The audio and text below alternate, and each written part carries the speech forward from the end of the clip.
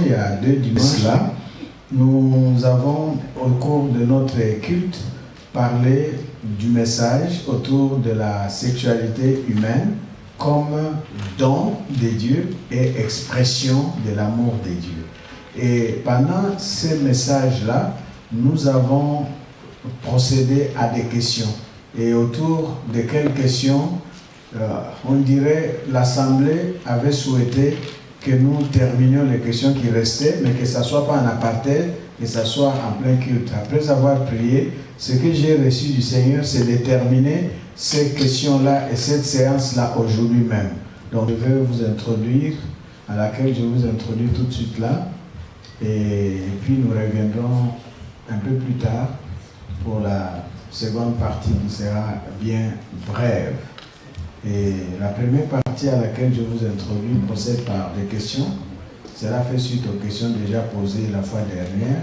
Nous avons collectionné des questions d'auprès des jeunes filles et des questions d'auprès des jeunes gens, des garçons, et que nous allons poser à tour de rôle. Logiquement, il s'agira des questions qui n'avaient pas été posées autrefois, et puis une fois épuisées et que le temps nous le permettait, on pourra peut-être recevoir des questions qui sont dans l'assistance autour de la thématique la sexualité humaine, un don de l'amour de Dieu, une expression de l'amour de Dieu. Voilà le moment que nous passons pour nous les jeunes gens, filles et garçons, mais aussi pour nous les adultes, les parents. Laissez-moi prier, d'accord, pour recommander ce moment à la grâce de Dieu. Seigneur, nous te disons merci pour le temps que tu nous offres. Merci pour cette assistance, ton Église. Et merci pour nos bien-aimés, Malika et Epaphrodite, qui nous assistent et nous accompagnent. Que ton esprit vienne et trône en ces instants, du début à la fin, à travers les questions et les réponses. Et que ton peuple soit édifié pour la seule gloire du nom de Jésus. Nous avons ainsi prié. Amen. Amen. C'est bon, je pense avec ce micro. Alors, ce que je peux dire ici en guise de rappel, pour ceux qui n'étaient pas là, nous avons parlé de la sexualité à l'Église et nous avons dit que tout être humain est créé, d'ailleurs comme toute espèce animale, nous sommes créés être sexués. Nous venons au monde avec les potentialités de la sexualité. Et cette sexualité de nous, les êtres humains, contrairement à celle des autres espèces, comme les bêtes, les animaux, les insectes et autres, qui, pour eux, leur sexualité est déjà programmée, codée et réglementée, parce que instinctive, et nous avons dit que instinctive, précodée, réglementée, c'est une sexualité purement reproductive. La sexualité humaine, c'est-à-dire la nôtre, la mienne et la vôtre, est une sexualité qui est plutôt non seulement reproductive, elle est reproductive, mais elle est beaucoup plus une sexualité de plaisir. Donc, c'est la jouissance, le plaisir, ça rentre dans les dons de la vie, du bonheur, de l'épanouissement, du plaisir que Dieu a fait aux êtres humains. Et parmi ces dons, il y a la sexualité aussi, que nous avons, que nous partageons. Et donc, pour que cette sexualité-là humaine fasse l'épanouissement, le bonheur, même la reproduction de l'espèce humaine, elle doit être vécue dans des conditions réunies, des conditions appropriées. Et les meilleures conditions de quelque chose ne proviennent que de la personne qui l'a créé. Puisque c'est Dieu qui a créé l'être humain, la sexualité humaine comme élément créationnel que les humains ont de Dieu, pour qu'elle soit épanouissante, qu'elle serve au bonheur et qu'elle soit effectivement don de l'amour de Dieu, expression de l'amour de Dieu. La sexualité soit ainsi, il faut qu'elle soit faite dans les conditions. Et les meilleures conditions ne peuvent être définies que par celui qui a créé cette sexualité, Dieu. Et pour savoir les pensées de Dieu concernant la sexualité, nous nous remettons à sa parole.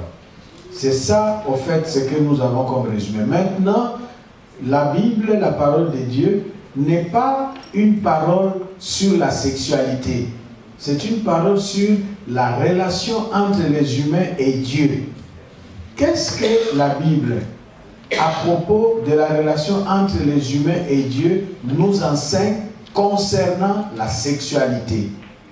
Nous, chrétiens, avons besoin de connaître cela. Donc, nous pouvons nous inspirer de la Bible pour y trouver des réponses en rapport aux différentes questions que nous pouvons nous poser autour de la sexualité. D'où la séance de tout à l'heure. Donc, dans les réponses que je vais devoir donner, je ne voudrais pas citer des références bibliques, ça serait encombrant. Vous avez dans le bulletin d'aujourd'hui, si vous n'avez des filles, représentées par notre sœur Effie Malika, et une question du côté des frères, représentée par notre frère Épaphrodite. Malika.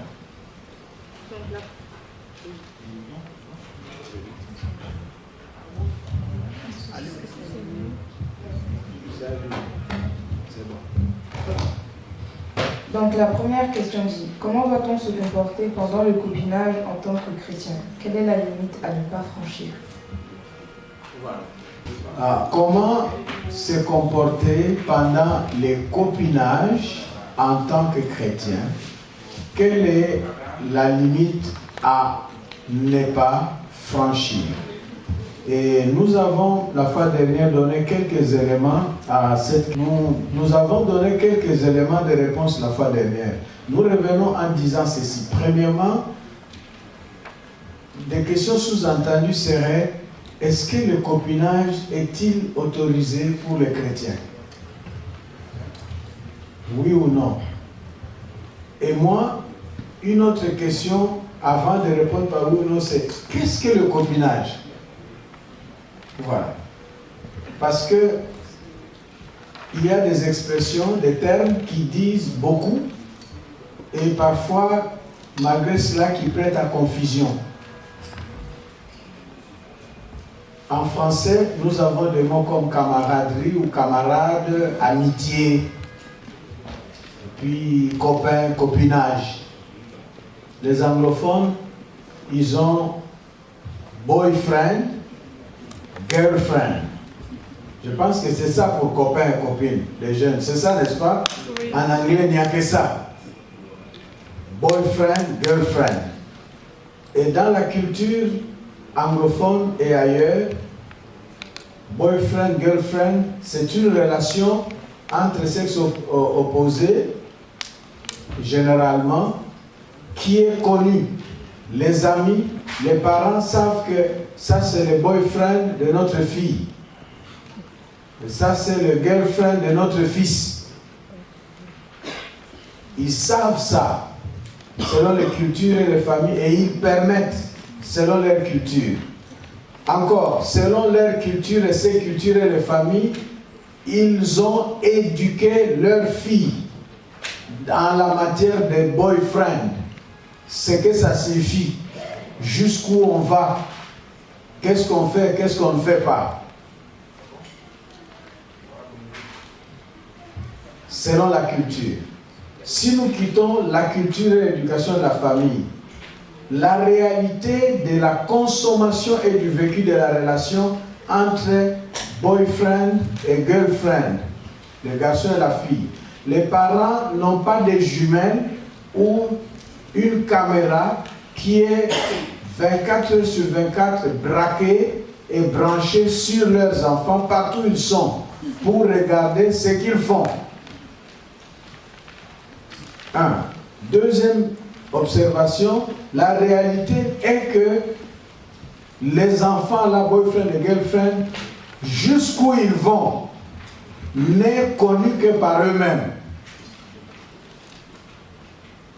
Et la réalité 3 est que certains, de par leur discipline et éducation, se font une discipline des limites pour se garder. Mais de manière générale, enfin, de ce que nous connaissons, de manière générale, disais-je, l'exception ne manque pas, c'est une relation boyfriend-girlfriend qui fait que on vit comme des petits amoureux, comme deux amoureux. Voilà. On vit comme des amoureux et comme des amoureux, on veut vivre comme des amoureux en se permettant tout ce qu'on peut se permettre. Ici, la norme, c'est seulement les deux, les garçons et la fille. C'est eux-mêmes qui décident ce qu'ils vont se permettre et ce qu'ils vont se refuser. Et parfois même, ça fait un débat parce que l'un peut vouloir ceci, l'autre ne pas vouloir. Et donc, dans ce contexte-là, en tant que pasteur et enfant de Dieu, que dire de copinage permis ou pas permis? Je voudrais vous donner des réponses après ces considérations à deux niveaux. La Bible, dans la prière que nous appelons le Notre Père, il y a un paragraphe où nous disons, Notre Père qui es aux cieux, ne nous expose pas. Dans d'autres termes, ce que vous connaissez, j'ai utilisé le mot exposer comme traduction, mais sinon, vous dites, nous disons très souvent, ne nous induis pas en tentation, mais délivre-nous du mal. C'est-à-dire que Dieu ne nous mette pas dans les conditions que nous soyons tentés. Au contraire, lorsque non mis dans les conditions d'être tentés, le mal arrive, délivre-nous-en. Or, j'ai dit la fois dernière, ça c'est la Bible, la sagesse, chez moi en Afrique, dit, si vous mettez l'animal qu'on appelle cabri, chèvre, avec une touffe d'herbe qu'on appelle feuille de manioc, la chèvre est née avec l'instinct de se nourrir de feuilles de manioc. Et mettre ces deux en face, la chèvre ne va pas exercer aucune discipline, sinon, le moment venu, brouter aux feuilles de manioc. Si nous revenons en science, comme physiciens nous savons, un principe, les charges des signes qui se ressemblent, les signes qui se ressemblent, ici signe plus, qui se ressemble à plus, les charges qui sont plus, se repoussent, et les charges qui se ressemblent, on dit signe contraire. Si c'est moins, le contraire c'est plus. Ces charges-là font quoi? S'attirent. Donc, il faut faire des statistiques pour voir quels sont les jeunes gens, filles et garçons, qui ont vécu le copinage sans une seule fois s'embrasser, sans chercher à aller loin, sans aller, le garçon mettre la main sur le sein de la fille. Nous parlons sexualité. Il faut faire ces recherches-là. Et lorsqu'on commence par s'embrasser, on s'embrasse où, comment, on va le faire, à quel rythme, à quelle fréquence, dans quelles conditions et jusqu'où on va y aller. Jusqu'où on va vouloir y aller. Pour ensuite bien prier pour dire, notre Père qui es aux cieux, ne nous soumets pas en tentation.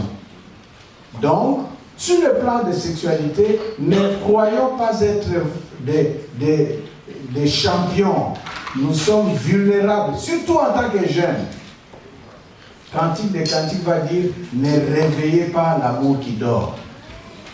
Si, en tant que chrétien, enfant de Dieu, je ne suis pas marié, je voudrais me comporter et gérer ma sexualité de sorte à ne pas la réveiller.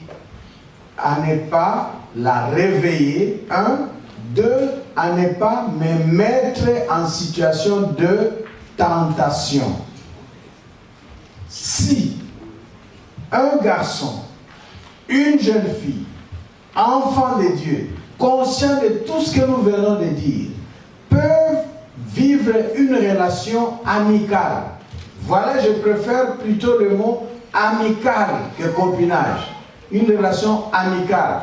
Qu'ils s'appellent copain, copine, peu importe. Mais ils peuvent vivre une relation amicale en tenant compte de ces faits-là, de se respecter. Respecter l'un et l'autre. Tenir compte de la pureté, de la chasteté et de ne pas se solliciter sexuellement, de ne pas s'éveiller sexuellement, de ne pas s'exposer à la tentation l'un et l'autre ou l'un qui tente l'autre. Si toutes ces conditions sont réunies, pourquoi pas avoir un copain ou une copine? Il n'y a aucun mal parce que vous serez dans une relation saine. Lorsqu'on se trouve dans une telle relation, la réalité c'est les concernés qui savent ce qu'on vit.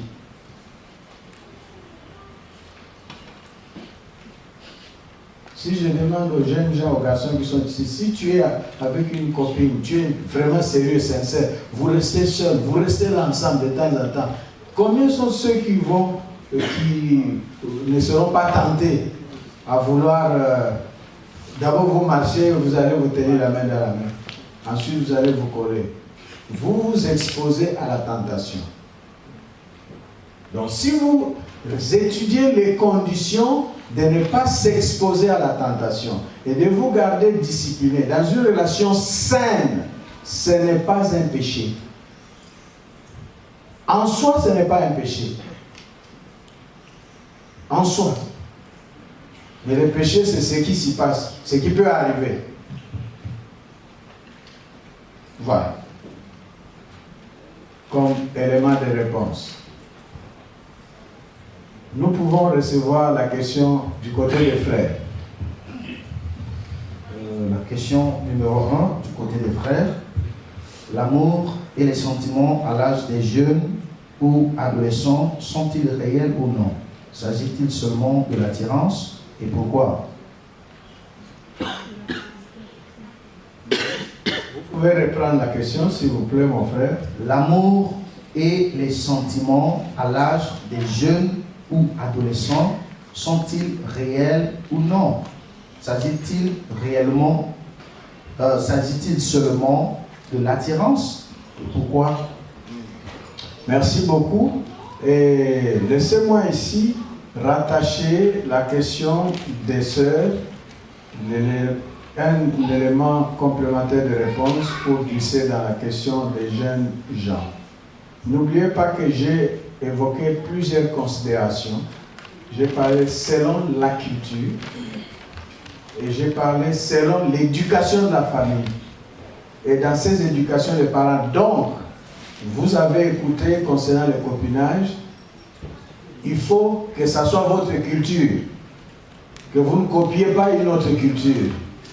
Mais il faut aussi que vos parents, selon la culture et l'éducation de la famille, dans ces cultures-là, les parents savent. Il faut que les parents savent que notre fille, généralement on dit, c'est son copain, ou il sort avec elle. Il faut ça. Voilà. Alors revenons à la question des sentiments, comme pour dire les désirs sexuels entre à l'âge de la jeunesse ou des adolescents. Si c'est seulement de l'attirance, est-ce que c'est normal? ou bien c'est vraiment sérieux. Ça dépend de l'âge. Premièrement, ça dépend de l'âge. Deuxièmement, ça dépend de l'état sexuel de la personne. Pourquoi je ris? Parce que, je l'ai dit la fois dernière, il y a des choses que, par exemple, moi, ces histoires, par exemple, condom, j'ai appris, connu le nom et à quoi ça sert. Excusez-moi, j'étais à l'université en théologie et j'étais marié. C'est-à-dire plus de 30 ans. C'est là que j'ai appris ça. Sans vous parler de mon avis là-dessus. Mais aujourd'hui, il y a des jeunes gens à 9 ans déjà.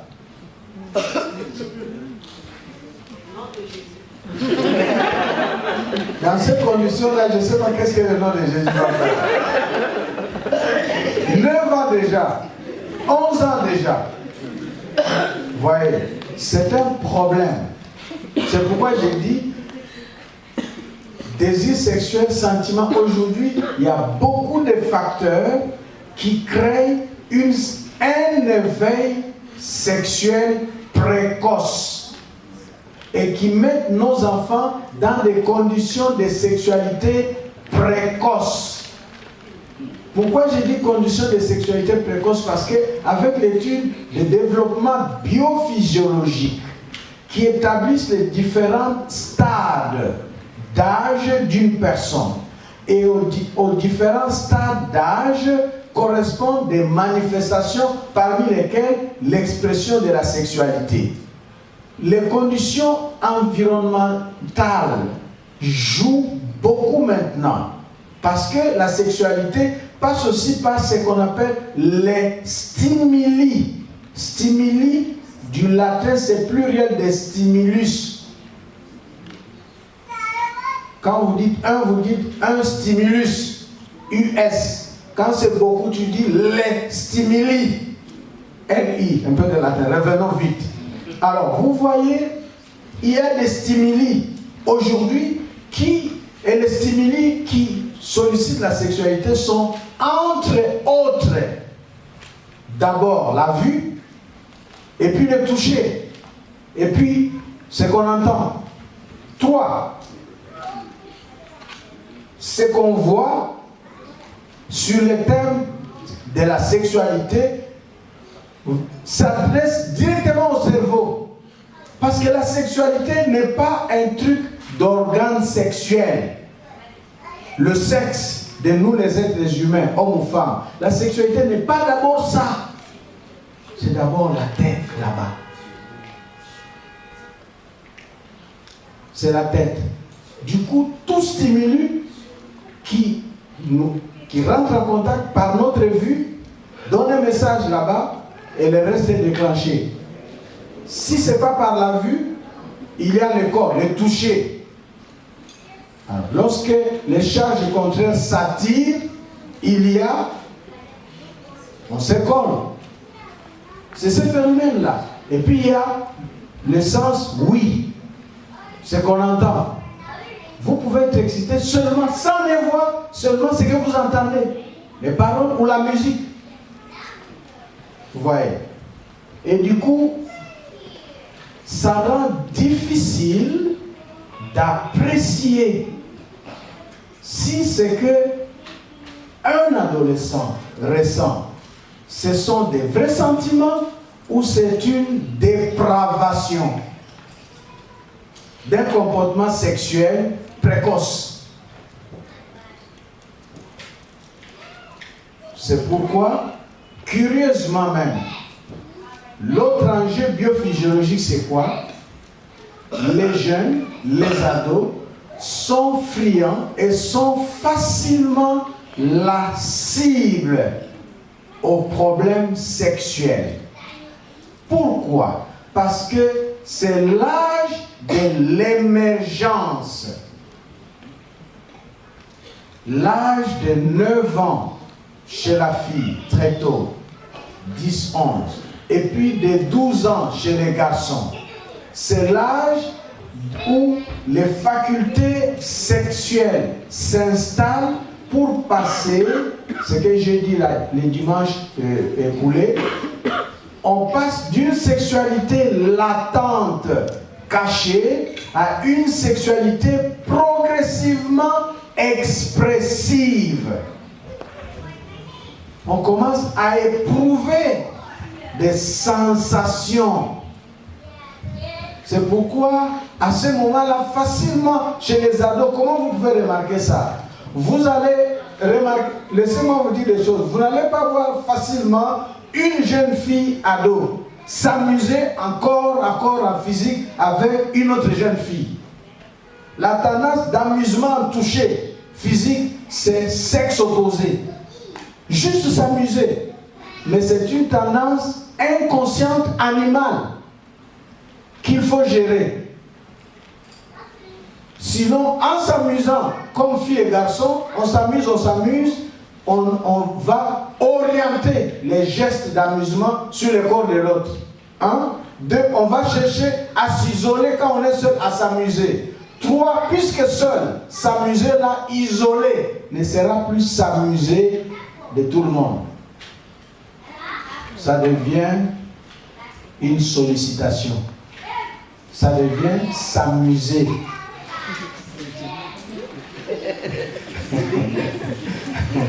Et donc, c'est pourquoi l'éducation, la famille, la sincérité de la personne elle-même est importante. Et ma femme le sait, ceux qui sont anciens de l'église savent. Par exemple, quand nous avons des groupes de maisons, on n'aime pas, par exemple, que les parents sont là, ensemble en réunion, et puis on laisse enfants, garçons et filles dans une pièce en train de s'amuser et d'avoir leurs yeux, sans les regards permanents d'un adulte. Vous savez, les enfants, parfois à un certain âge, ils jouent à papa et maman. Vous savez ça, hein? Ils jouent à papa et maman. Ça, c'est psychologique. Ça n'a rien de mauvais. Mais jouer à papa et maman, là, avec l'habitude, ils vont aller jusqu'à papa et maman. Ils vont vraiment jouer à papa et maman à leur âge. Et c'est ça qui fait une sorte de sollicitation à ce qui est sexualité latente, et ça commence à s'exprimer. Et là, facilement, ça devient des sentiments. Donc, c'est pas vrai. Vous voyez, c'est pas des sentiments vrais, c'est des désirs et des pulsions. Voilà les termes. C'est pas encore sentiment, parce que sentiment évoque que ça part d'où. Je ne sais pas si vous me comprenez. Sexualité, quand on dit sentiment, les sentiments proviennent d'où? Ça se trouve où? Vous savez où? Voilà. Les sentiments sont au cœur, c'est profond. Alors que ce que les jeunes ados, la jeune fille vivent, c'est plus sporadique, spontané, c'est plus sensationnel. C'est du désir. C'est plus épidermique que cardiaque. C'est pas du cœur, c'est pas affectif. Voilà. Et donc, l'âge de l'émergence, l'adolescence, la jeunesse, tout ce qu'on éprouve sur le plan de la sexualité est encore prématuré, est encore précoce, je vais dire, mieux, est encore non mûr et mérite de grandir et de mûrir. Et plus ça grandit, ça mûrit, on apprend la discipline, la maîtrise, et le cœur peut être engagé, et on saura les vrais sentiments vis-à-vis des sexes opposés comme attirance ou attraction. Mais à un jeune âge, lorsqu'on développe ces habitudes-là, de s'amuser, d'être avec l'autre, d'être ensemble, seul et tout, on passe des moments ensemble, l'anniversaire, on se trouve dans sa chambre, on se promène ensemble, on est là, la fréquence, vous éveillez votre sexualité qui est dormante, qui est latente, vous l'éveillez et il y aura attirance il y aura attirance. Vous avez la jeune fille 13 ans, tu sens l'attirance pour un garçon de 13 ans ou de 15 ans, exactement comme ta maman qui a 38 ans sent l'attirance pour son mari qui en a 45. Est-ce que c'est normal? Tu as 13 ans, tu sens l'attirance pour un homme de 13 ans, 14 ans. Comme ta maman qui en a 38, qui sent l'attirance pour son mari qui a 45. Est-ce que vous trouvez que c'est normal? Non. Le bon sens montre que ce n'est pas normal. C'est-à-dire, enfant, tu es en train de brûler les étapes. Donc, il faut laisser votre sexualité grandir et fonctionner normalement avec vous. Il n'y a aucun mal. Avec l'émergence, vous pouvez éprouver des pulsions sexuelles. Et Dieu a établi sur le plan biophysiologique des mécanismes qui calment ces pulsions sexuelles pour que nous puissions baisser en tension. Tu ne vas pas mourir. Tu ne seras même pas malade. C'est normal. Mais c'est à gérer. Par exemple, dans ce qu'on appelle la maîtrise de soi, ou dans la physique, les exercices, mais aussi dans des relations exprimées ou dans la vie avec les autres. Surtout, jeunes gens, adolescents, adolescentes, ne cultivez pas l'habitude de vous amuser avec le corps à corps, les physiques, avec le sexe opposé. 1. 2. Ne cultivez pas l'habitude de vous isoler, sexe opposé. 3. Évitez la proximité. Voilà. 1. Ne cultivez pas l'habitude de physique, contact physique, juste pour vous amuser. 2. Ne cultivez pas l'habitude de vous isoler. Sexe opposé, vous isoler. Vous voulez partir en taxi à 2. Et en taxi, devant c'est vide. Vous voulez monter, vous deux derrière. Et dans le métro et le bus, vous vous asseyez ensemble. Voilà. Ça, c'est 3, la proximité. Quand vous cultivez ces choses-là, vous êtes en train de dire à votre sexualité, pourquoi tu dors? Ne dors pas, réveille-toi. Voilà. Et ça, c'est ce que j'évoque là, c'est pratique et d'actualité, même pour les personnes adultes. Merci là-bas. Ah oui, même pour les personnes adultes. Marié que je suis, je ne veux pas m'amuser au corps à corps avec une personne de sexe opposé. C'est ma femme. Ah oui, c'est ma femme. Même mes enfants filles, je veux avoir des égards sur l'approche physique. Ah oui, un câlin et tout ça là vite. Oui, mais non. C'est seulement ma femme, pas une autre personne. Je ne veux pas me retrouver, je vous l'ai dit, dans la salle de prière là, à jeûne, à prier, chaque fois le pasteur avec cette sœur là. Nous faisons ministère. Ah non, non, non, non, non. C'est ma femme. On ne s'expose pas. Parce qu'on n'est pas le fer. Même le fer, ils font à un certain degré. Le fer va céder.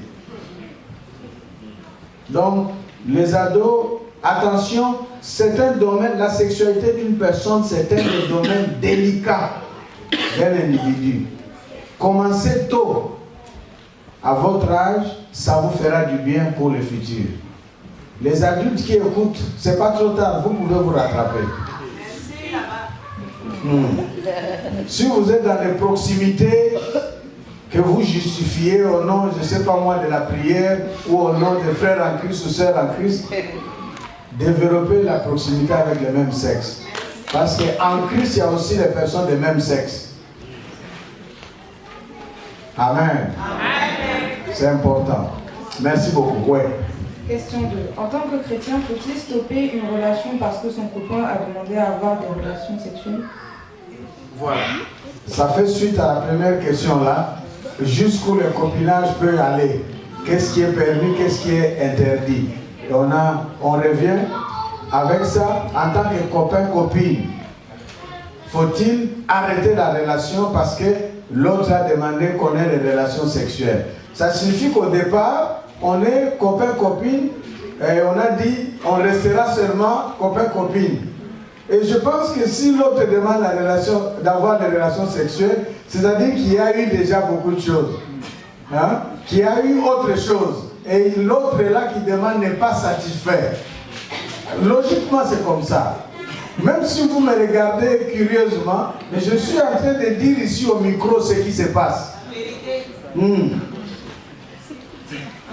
Jamais un être humain normal créé va aller directement copine. Relation, c'est jamais. Ça commence toujours par. Et dans le domaine de la sexualité, il y a évolution due à la sollicitation. Parce que le premier plaisir étant satisfait, il veut être entretenu. Écoutez comment c'est fait. Le problème de la sexualité fonctionne avec un élément savant, un mot savant en science qui va vous aider. Allez faire des recherches, un mot qui détient tous les mystères. Ça s'appelle la libido. Ok? Libido. Le premier savant, c'est Sigmund Freud. Avoir utilisé cela. Et je ne vais pas me perdre avec vous sur trop de théories. Au niveau de la sexualité, il y a des degrés d'expression de la libido. Une expression primaire de la sexualité est satisfaite, qui consiste par exemple à l'envie de mettre ma main sur l'épaule de Malika. Tant que je lutte et je ne cède pas à cette envie, ma libido ne passera pas à l'étape du besoin supérieur. C'est le processus de progression évolutive de la libido en matière de sexualité. Et lorsque j'ai satisfait l'envie en mettant ma main sur son épaule, ma libido sur cet aspect est satisfaite, va vouloir rester satisfaite, et puis elle va me demander l'étape suivante du besoin. C'est comme ça que la main ira de l'épaule à la tête, et puis de la main jusque vous pouvez imaginer la suite. Ça, c'est la science. Et c'est la réalité qui se passe. Et vous ne faites pas le faux Rambo. Un Rambo, c'est un grand acteur de films de cinéma, des champions. Il faut être réel. Donc, bref, une relation de copinage ne peut pas prendre fin parce que l'autre a demandé d'avoir des relations sexuelles. Ça ne peut pas prendre fin là-bas. Il faut résoudre les problèmes. Pourquoi l'autre veut des relations sexuelles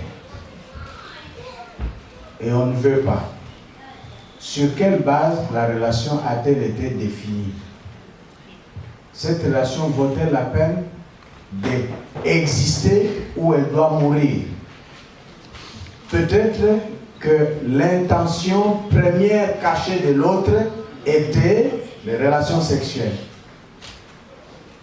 S'il tient à cela, la relation n'a plus de sens d'être pour la personne qui ne veut pas de ça. Mais si c'est suite à une impulsion non contrôlée qui le pousse à solliciter des rapports, on peut les récupérer en les ramenant à l'ordre, au contrôle, à la discipline, et puis on rétablit les limites. Ce que les anglophones appellent boundaries. Très important dans les relations. Non seulement entre sexes opposés, mais en tout. Avoir des boundaries, les limites.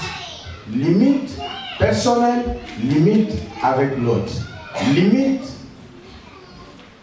dans une relation comme des copinages, il faut qu'il y ait des limites qu'on doit évaluer, apprécier, ajuster, réajuster. Si ça ne marche pas, là on peut abandonner.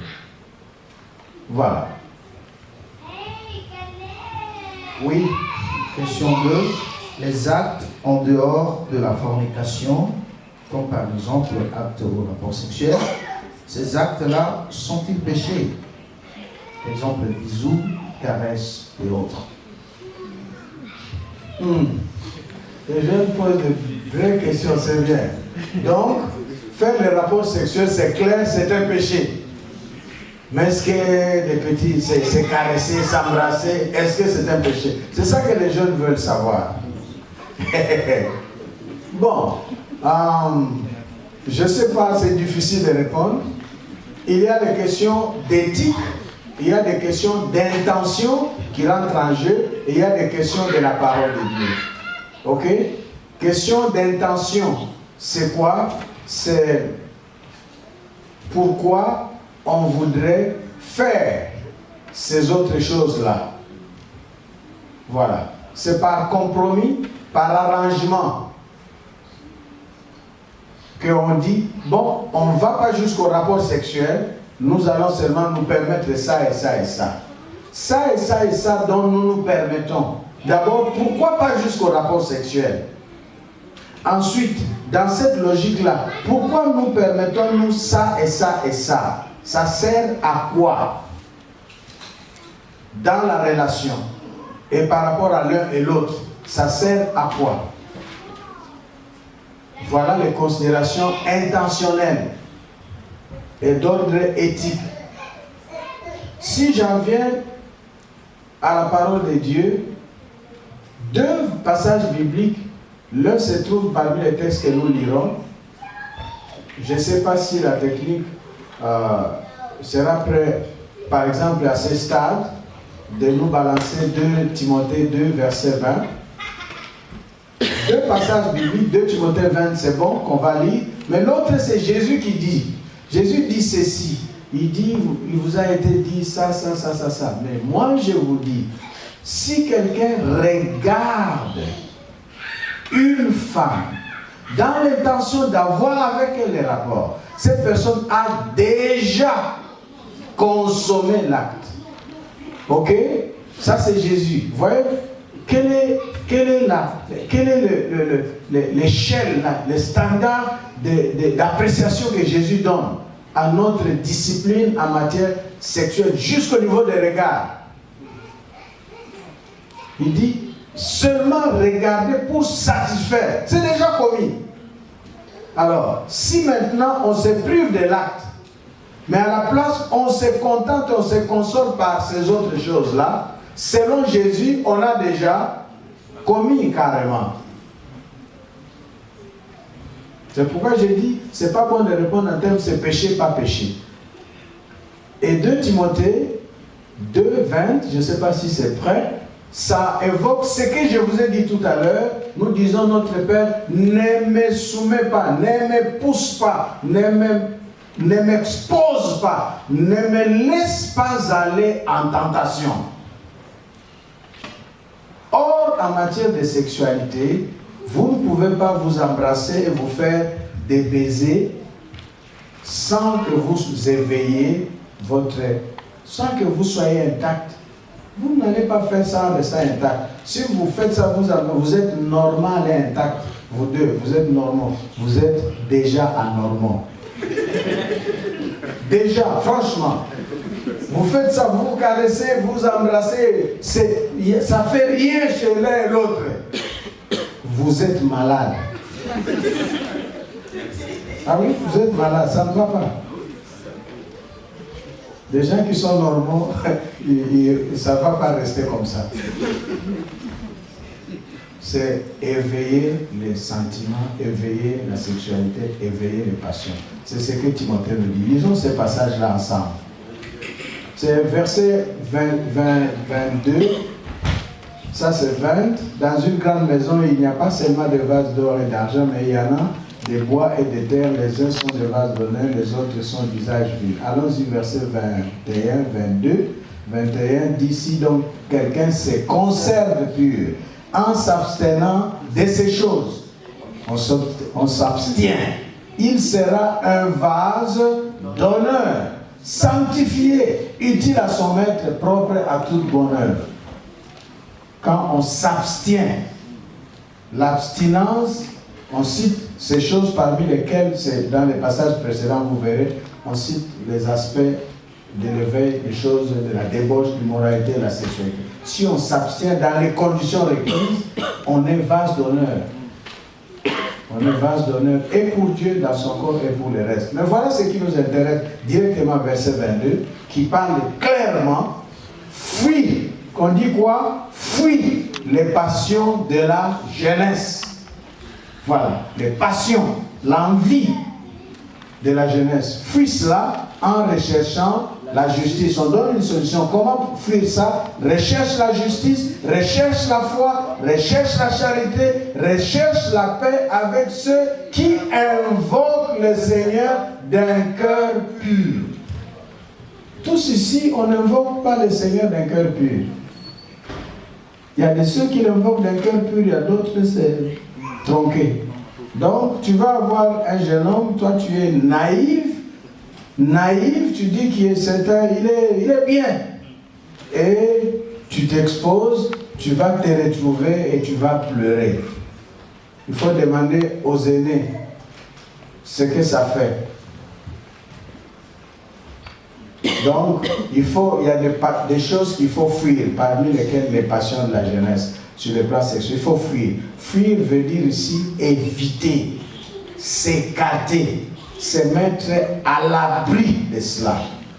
Ne pas s'exposer.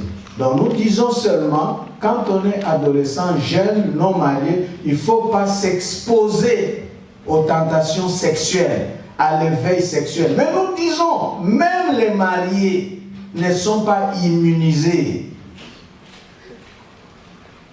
Il ne faut pas s'exposer. Il faut fuir. Voilà. Je pense que ça, c'est des éléments de réponse suffisants. Merci beaucoup. Nous passons à l'autre question. Les filles. Comment faire pour maîtriser ses désirs sexuels en tant que jeune fille? Voilà. Comment faire? Le texte dit, recherche, fuis d'abord les passions. N'était même pas dans les conditions de les entretenir et de les animer. Les conditions de les entretenir, c'est être toujours avec le sexe opposé, c'est regarder ce qui sollicite la sexualité, comme le porno en image, en vidéo, porno en musique. Les choses qui excitent la sexualité. Ce n'est pas seulement image, vidéo, mais il y a aussi la musique, les paroles. Et tout ça aujourd'hui, dans le passé, quand mes enfants, les Bérites et autres, naissaient et grandissaient, avec ma femme, je me souviens, quand on disait dessin animé, on appelait ça pour les enfants. Tout de suite là, dessin animé, c'est pour les enfants. Mais maintenant, là, vous savez, il y a tout dedans. Les films des adultes qui sont horreurs et autres, on les a aussi mis en dessin animé. Pour qui? Pour les enfants. Et puis, il y a même porno dessin animé. Tout ça, c'est mis. Ce programme-là, c'est pourvu maintenant. Donc, il faut éviter de s'exposer, chers enfants, à ces choses-là. Éviter de solliciter son être et de veiller cela. Et puis la Bible dit, recherchez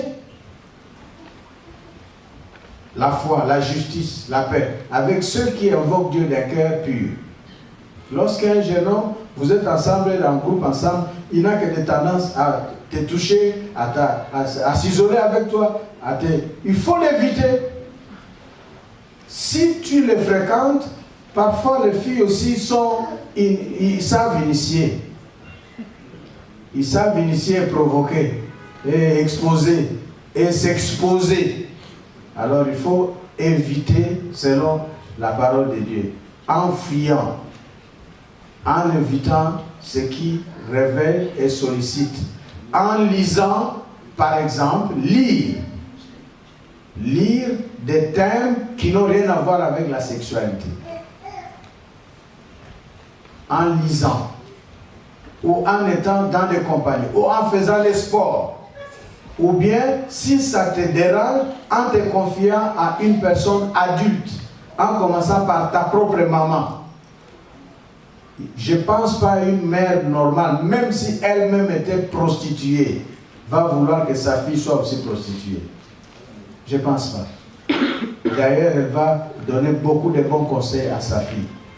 Donc, une mère chrétienne ou non, elle va t'aider. En plus, une mère chrétienne. Mais aussi, vous avez des mamans qui sont enfants de Dieu et des grandes sœurs à qui il faut se confier. Et vous, les mamans et les grandes sœurs, enfants de Dieu, ne soyez pas sorcières. Si vous-même êtes passé par des mauvaises expériences et vous avez été abîmés, il ne faut pas laisser l'autre aussi aller sur le chemin pour être abîmé. C'est ça être sorcière.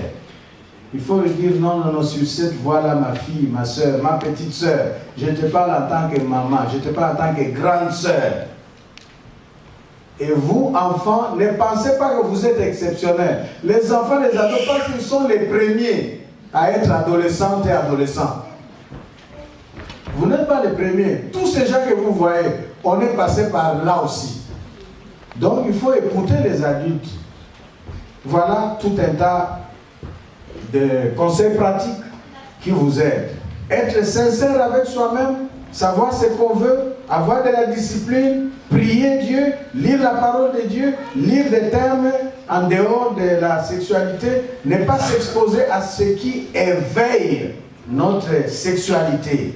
Jusqu'au conseil, aller chercher des conseils pour se confier lorsqu'il s'est passé quelque chose. Avant que ça devienne pire, aller chercher conseil auprès de personnes qualifiées. Ne pas être naïf. Ne pas être naïf dans la vie. Et les jeunes filles, attention, ne soyez pas naïves. Et vous allez vous retrouver, comme je l'ai cité une fois en prêchant, comme cette fille qui a quitté sa chambre à l'université, sous la pluie, jusque dans la chambre d'un garçon, et puis après elle va crier, il m'a violé. Et même les gens, les Chinois qui ne sont pas chrétiens, vont demander, comment est-ce qu'il t'a violé? Sous la pluie, il n'est pas venu chez toi, tu quittes ta chambre, un de, jusque dans sa chambre sous la pluie. Ouais. Donc ne soyez pas naïfs. Et ne soyez pas aussi naïfs, surtout les sœurs, les filles, avec des tontons gentils. Très gentils. Ne soyez pas naïfs, s'il vous plaît. Il faut savoir, ce tonton-là est très gentil envers moi. Est-ce que c'est gentil ou suspect? Surtout s'il est célibataire. Excusez-moi, même s'il est marié. Parce qu'il y en a qui sont mariés mais pas sérieux. Bon, continuons. Oui, frère. Question 3. Est-ce que les hommes ne sont pas condamnés d'adultère? Exemple de l'histoire de la femme adultère dans le Nouveau Testament, et aussi de Judas qui a pris sa belle-fille pour une prostituée dans Genèse 38. Selon la Bible, les hommes sont, tout le monde peut être adultère. L'adultère, c'est le péché sexuel, l'acte sexuel en dehors du mariage, que tu sois homme ou femme, que tu sois marié homme ou marié femme. Si tu commets cet acte en dehors du mariage, tu as été adultère. Ça, c'est la Bible. Et ces éléments qui sont évoqués ici sont des éléments purement socio-culturels. Le cas de Judas est théologiquement compliqué. Dans leur culture, l'enfant a eu un garçon, il a eu une femme, il est mort accidentellement, le garçon, puni par Dieu et sans laisser de progéniture à sa femme. Selon leur culture, on appelle ça le lévira, un membre de la famille devrait prendre cette fille-là. Et le papa n'a pas voulu laisser son fils prendre la fille, et puis la fille s'est déguisée en courtisane, et puis elle a séduit le papa, et puis ils sont allés ensemble, elle est devenue enceinte et tout ça. Donc ça, c'est une autre histoire théologique même. Dans la Bible, l'autre histoire, c'est quoi? La femme adultère a été présentée seule à Jésus. Et l'homme avec qui elle était surprise en flagrant délit de ces péchés-là, on n'a jamais parlé de lui. Ça, c'est une injustice, n'est-ce pas? C'est simple. Et Jésus est sérieux. C'est pourquoi il n'a pas demandé où est l'homme. Il a seulement dit, bon, vous qui avez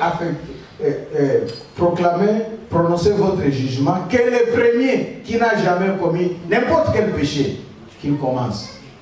Voilà. Donc, je pense que ça, c'est selon Dieu, l'homme, l'adultère est péché pour l'homme comme pour la femme. Mais il y a des traditions, nous n'ignorons pas, des traditions et des coutumes qui disent en matière de sexualité, ça me rappelle une histoire que ma femme a racontée, un homme, parce qu'il devait aller, je pense, à l'étranger avec sa femme, et puis il voulait faire des mea culpa et s'arranger. Il a dit à sa femme, nous devons tout nous dire pour que notre chemin pour aller à l'étranger soit bien sans problème. Et il a, je vais commencer. Et il a tout avoué. Voilà ce que je fais. Il a parlé de ses aventures, de filles et tout ça là. Il a tout avoué. Je te avoue tout ça, nous partons. C'est fini, c'est fini. C'est à ton tour. Et la femme sécurisée par le monsieur ne sachant pas, elle aussi a avoué et elle a raconté aussi des aventures qu'elle a eues pendant le mariage que monsieur ne connaissait pas. Vous savez quoi la suite? Après cet entretien-là. Vous voyez, ça c'est malhonnête. Monsieur a abandonné la femme. Il a dit, toi tu es parti avec des gens. Moi je ne savais pas, c'est ça que tu m'avoues. C'est sérieux? Il dit oui, mais tu m'as avoué moi aussi. Tu as dit qu'on lave tout. C'est ça laver. Il a pris madame jusqu'au village. Qu'elle vous dise elle-même tout ce qu'elle m'a dit qu'elle a fait. Et le mariage, vous voyez. Donc, attention à la culture. Ici, nous ne parlons pas de la culture, nous parlons de la foi chrétienne et de la parole de Dieu. Ok? Que la parole de Dieu nous aide. Que ça ne soit pas notre culture. Parce que nous pouvons voir en quoi c'est vraiment pas juste. Voilà. Merci beaucoup. À un certain âge, les désirs sexuels deviennent très forts et persistants chez une personne. Est-ce que c'est normal? Oui, à un certain âge, ça devient fréquent et persistant, c'est normal, surtout à l'âge adolescent et jeunesse. Il y a ce qu'on appelle l'âge de l'installation des facultés de la sexualité active. Ça devient fréquent. Il y a des périodes chez la femme où naturellement on est, comme on dit, excité. C'est normal. Chez l'homme, ça arrive aussi. L'âge où notre sexualité humaine, masculine ou féminine, quitte l'étape, la phase d'être seulement latente pour se préparer à devenir active. À cet âge-là, nous allons être victimes de ce qu'on appelle les pulsions sexuelles, les désirs. Ça, c'est la croissance. Voilà. C'est rien d'anormal dans les conditions réunies, sans que nous les sollicitions ou nous mettions à les éveiller. C'est un fonctionnement normal. D'ailleurs, quand ça ne vous arrive pas, ça signifie que vous avez un problème de santé. Quand vous vivez, vous, frères, garçons, hommes, vous êtes toujours normal, vous ne sentez jamais le désir, la tentation, le désir corporel d'une femme. Ça ne vous vient jamais. Frère, vous n'êtes pas normal. Ouais. Si ça ne vous arrive jamais, vous êtes là. Ça arrive. Et vous connaissez, il y a beaucoup de choses qui se font chez les hommes, comme les érections, comme les pollutions nocturnes. Ce sont des mécanismes biophysiologiques naturels créés par Dieu pour faire soupape et équilibrer notre fonctionnement organique sexuel. Chez les filles, chez les femmes, c'est pareil. Il y a toutes ces choses-là. C'est normal à un certain âge. Mais c'est jamais dépassant, non contrôlable. C'est normal dans la santé normale. Comme c'est normal d'avoir faim. C'est normal aussi. Parce que quand on a faim, on ne mange pas n'importe quoi, et on ne mange pas n'importe quand, on ne mange pas n'importe où. Ça, c'est manger. Il en est de même de la sexualité. Voilà. Oui. Je pense que c'est la dernière question de notre côté ici. Très bien. Quand et comment un jeune qui se préserve sexuellement peut-il savoir que cette personne est le choix de Dieu pour le mariage? Et comment s'y prendre sachant qu'on ne connaît rien dans ce domaine? Je ne sais pas si vous avez compris. Ça dit, la question veut dire un jeune homme qui s'est préservé, a grandi sans avoir des relations sexuelles et tout ça là, sans avoir une vie sexuelle active et tout, sans avoir même, exagérons, vécu des copinages ou tout ce que vous voulez. Comment savoir que cette fille-là, c'est avec elle que je vais me marier? Ça, c'est la première question. C'est clair, hein? Voilà. Et la deuxième question, c'est que une fois marié, comment faire? Comment ça va se passer? On ne sait rien.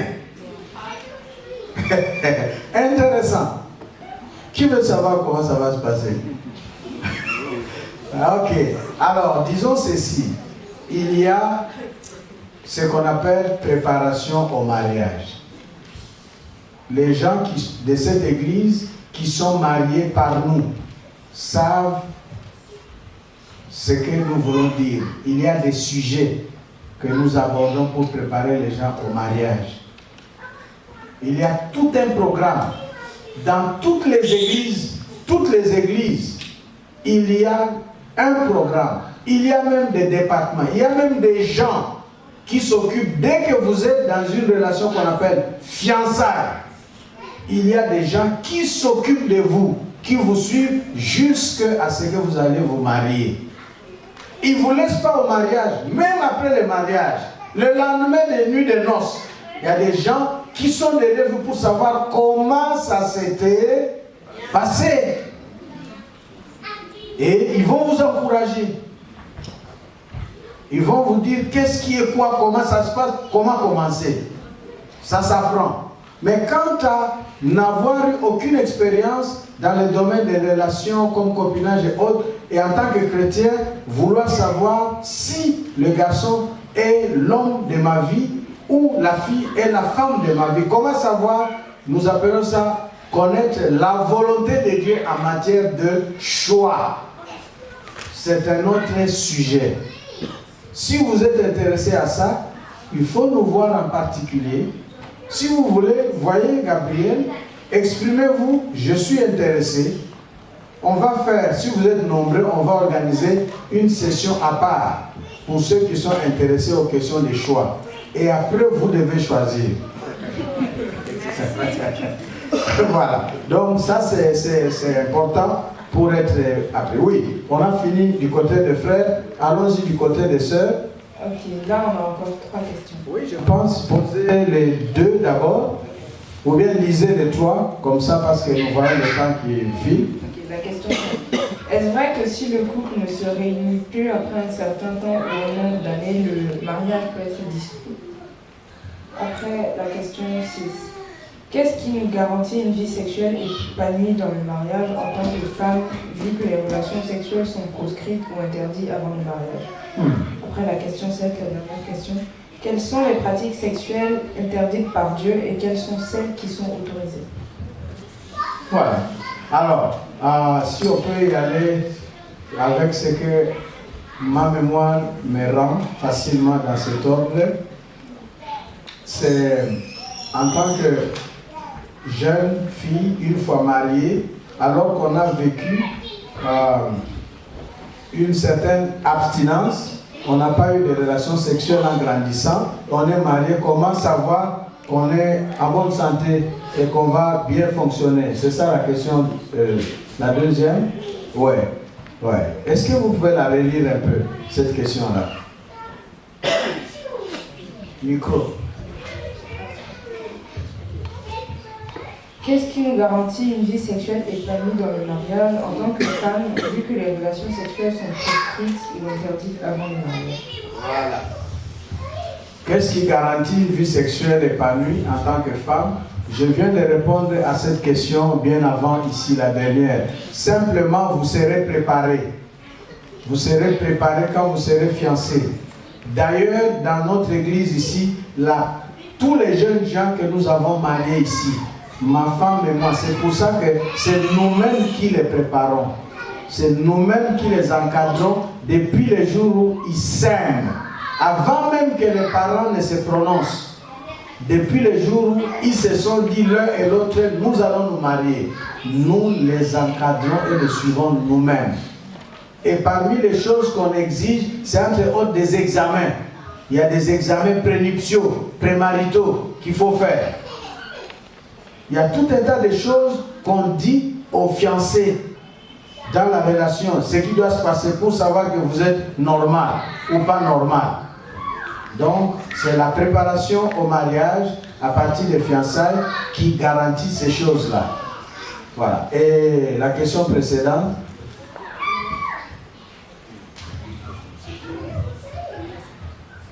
Est-ce vrai que si le couple ne se réunit pas après un certain temps ou nombre d'années, le mariage peut être dissous? Merci. Ça, c'est une question qui cache un aspect ou deux aspects.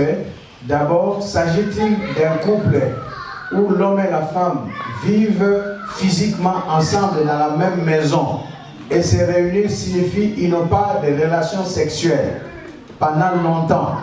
Ou bien s'agit-il d'un couple dont le mari se trouve ailleurs, la femme ailleurs? Cette question-là. Si le mari ou la femme se trouve ailleurs, on n'est pas physiquement ensemble, si c'est pour une raison convenue, le mariage ne se dissout pas parce qu'ils savent pourquoi ils vivent cette condition-là où la femme se trouve ici, l'homme se trouve là-bas. Ils savent ça. Il n'y a pas de séparation. Mais si c'est séparé par crise, à la suite d'une crise, madame était fâchée, elle a pris ses effets, elle est partie chez ses parents ou ailleurs, je ne veux plus te voir, elle est restée, monsieur dit, ok, tu es parti, ok, reste, et ça fait 1 mois, et puis 2 mois, et puis 3 mois, et puis 4 mois, et puis 5 mois, et puis 8 mois, et puis 1 année. Qu'est-ce qui se passe dans le cœur de l'un et de l'autre? L'amour s'entretient, ça va s'effriter. Et tout est remis en question. C'est comme ça que nous assistons au divorce. Facilement. Ouais. Mais aussi, dans une même maison, monsieur, madame, habitant la même maison, sortant de la même porte, de la même chambre, dormant peut-être sur le même lit. Très souvent, il y a des gens qui ont des chambres différentes. Quand ça ne marche pas, madame quitte, elle est au canapé, ou monsieur quitte, il est dans l'autre chambre, ou au bureau, même on a arrangé. Des gens qui vivent, on appelle ça, vous êtes mariés, mais vous êtes à, vous savez c'est quoi? Séparation des corps. La séparation des corps est un processus dans le divorce, dans la mort du mariage. Si en tant que marié, vous n'avez pas de rapports intimes pendant longtemps et que vous continuez à trouver ça normal, c'est dangereux. C'est pas normal, il y a quelque chose qui explique cet état des choses. Il faut résoudre ces problèmes-là. Voilà. Ça compromet la survie du mariage. Donc la dernière question, quelles sont les pratiques sexuelles interdites par Dieu et quelles sont celles qui sont autorisées? Voilà, je pense que Dieu merci, nous terminons avec ces dernières questions. Les pratiques sexuelles interdites par Dieu, nous avons dit que vous avez besoin de lire les passages comme nous avons cité Proverbes, chapitre, je pense, 26, verset 26 jusqu'à 20, et puis nous avons surtout Romains, chapitre 1er, verset 18 jusqu'à 32.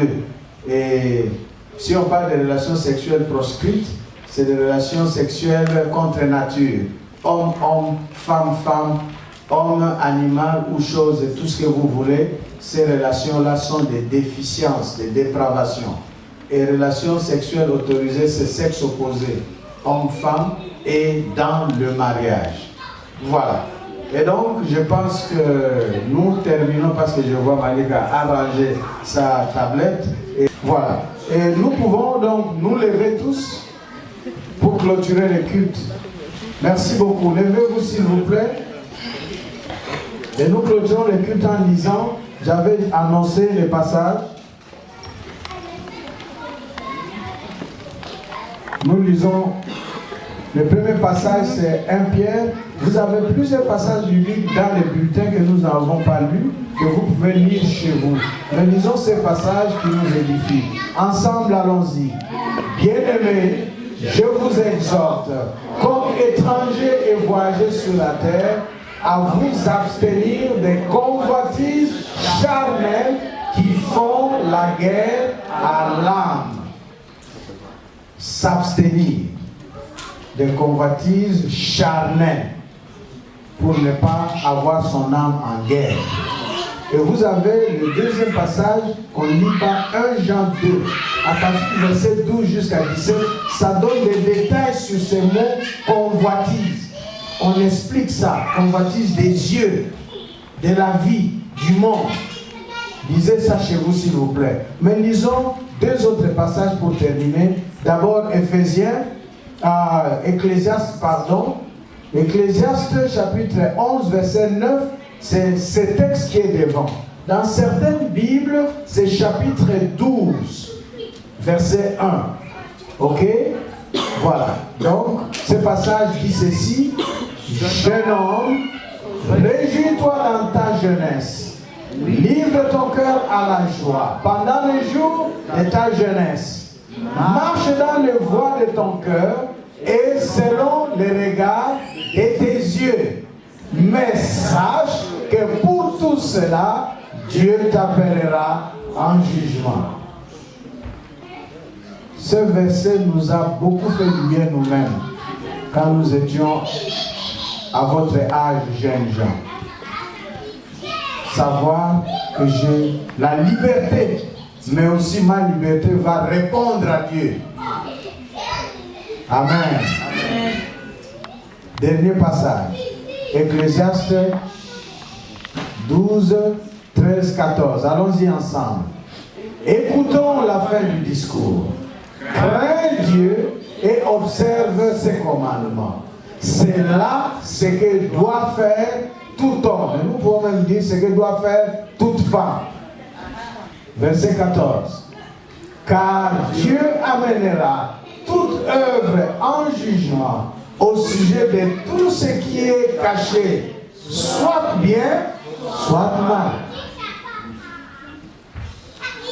Craignons Dieu, même concernant notre sexualité. La sexualité fait notre identité, ça fait notre intimité.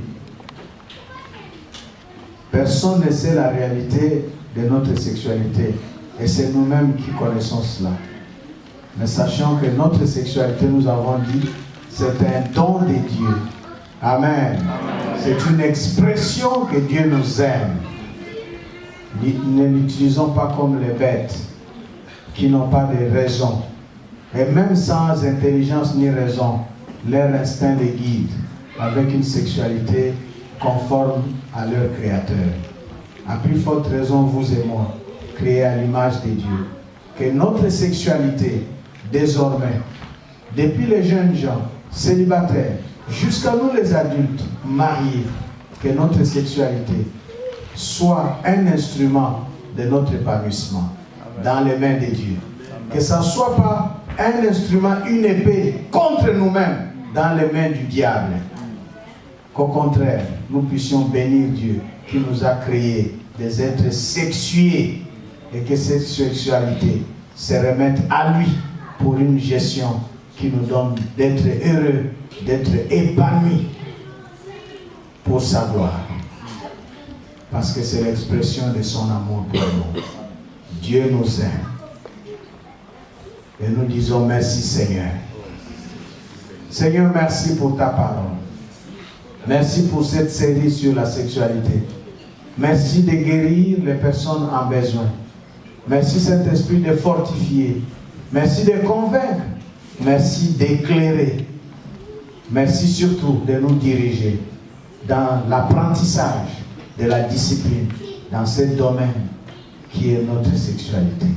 Alors que nous quittons ces lieux, que tu nous accompagnes dans nos maisons respectives, car nous irons, mais d'abord tout à l'heure pour la réunion de prière avec toute la famille du BICF. Nous te bénissons. Au nom de Jésus-Christ, nous avons prié. Amen. Amen. Merci beaucoup. Très bon dimanche à vous.